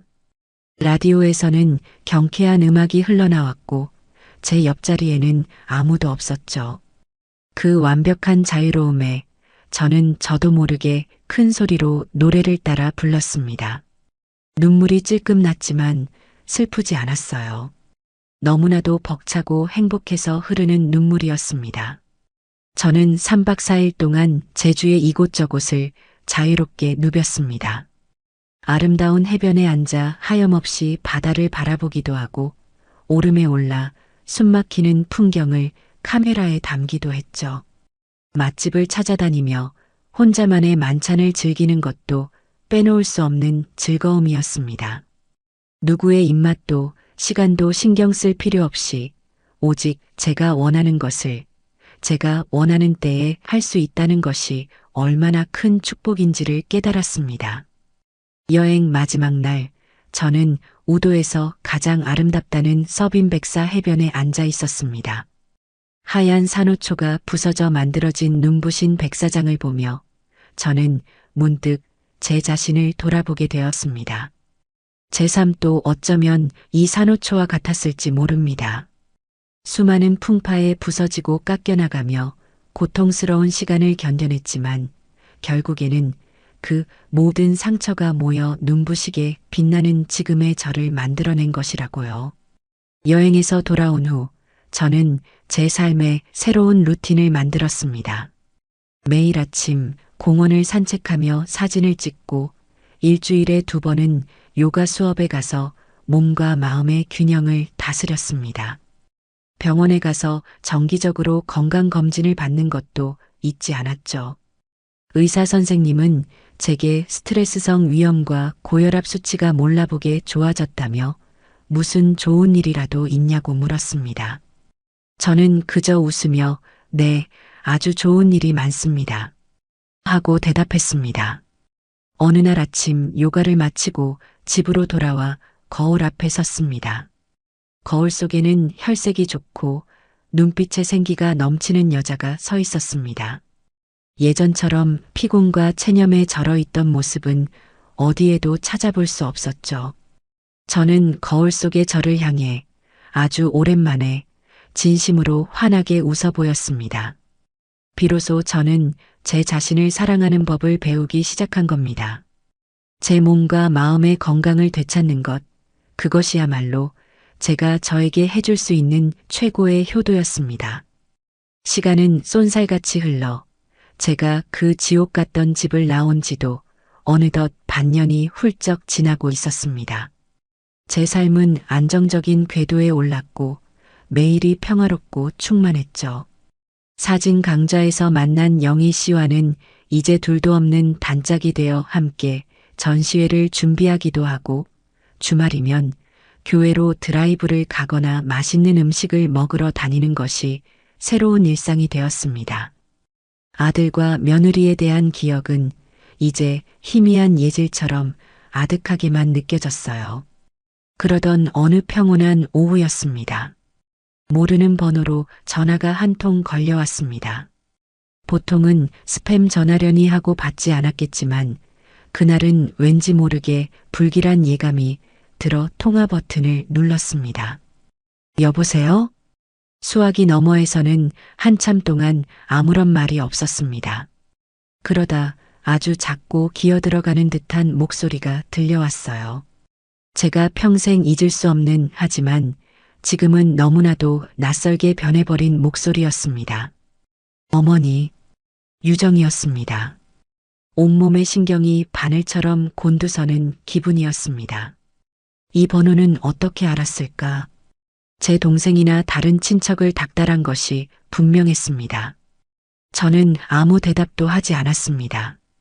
그러자 유정이가 다급하게 말을 이어갔습니다. 어머니, 저 유정이에요. 제발 전화 끊지 마시고 제 이야기 한 번만 들어주세요.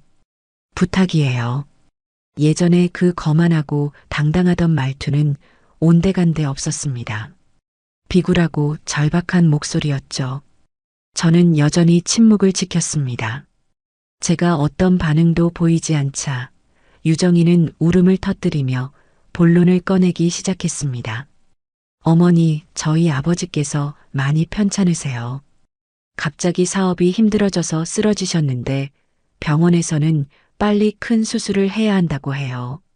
그런데 저희 집에 지금 돈이 하나도 없어요.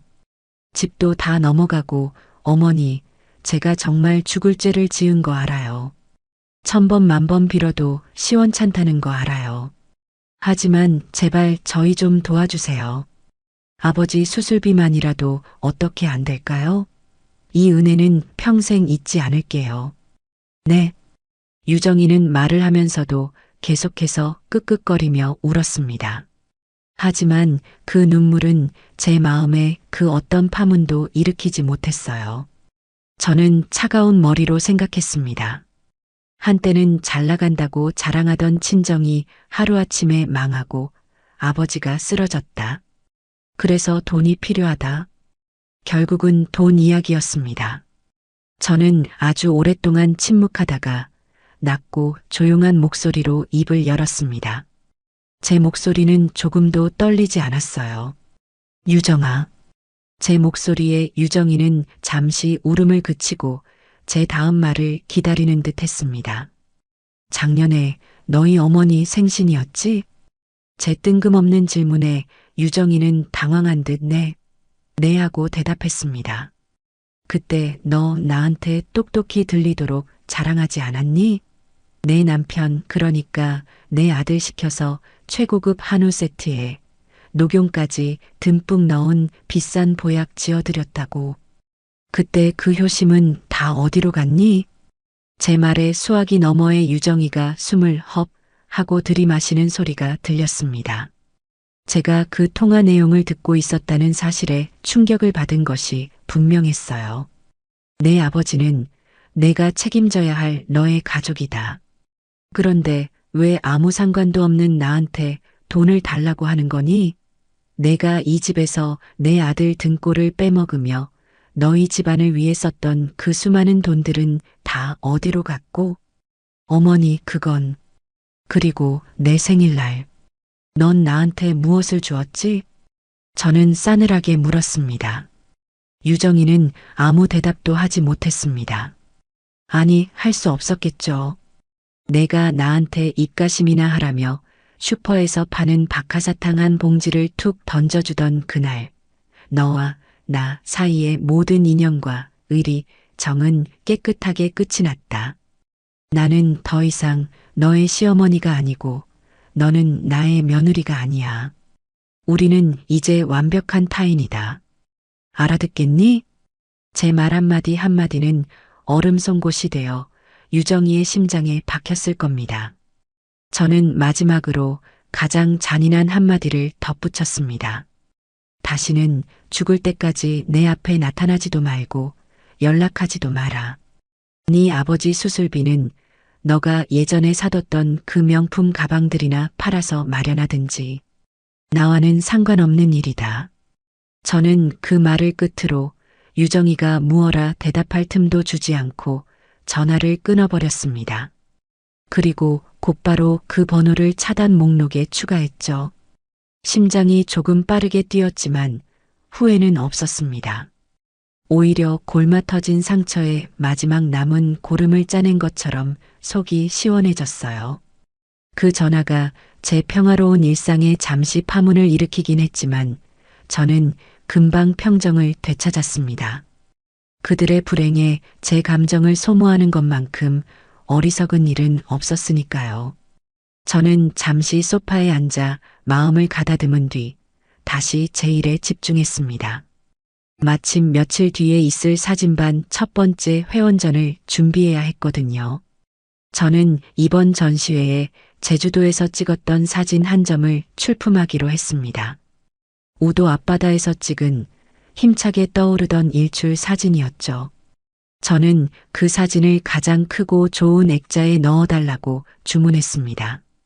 사진 속의 태양은 마치 모든 어둠을 삼키고 새로운 세상을 열어젖히는 제 자신의 모습과도 같아 보였거든요.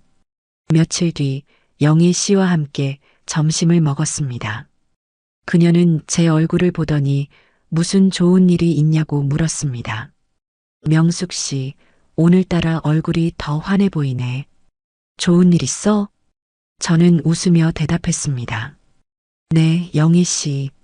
아주 오랫동안 나를 괴롭히던 악몽을 마침내 내 손으로 끝장냈거든요. 제 말의 의미를 그녀는 알 수 없었겠지만 저는 진심이었습니다. 그날 이후 제 삶은 더욱 단단하고 자유로워졌습니다. 그들의 불행이 나의 행복의 조건이 되어서는 안 되지만 그들이 뿌린 씨앗을 그들이 거두는 것까지 제가 막아줄 이유는 없었으니까요. 저는 저의 길을 묵묵히 그리고 당당하게 걸어갈 것입니다. 저 멀리 떠오르는 태양을 향해서요.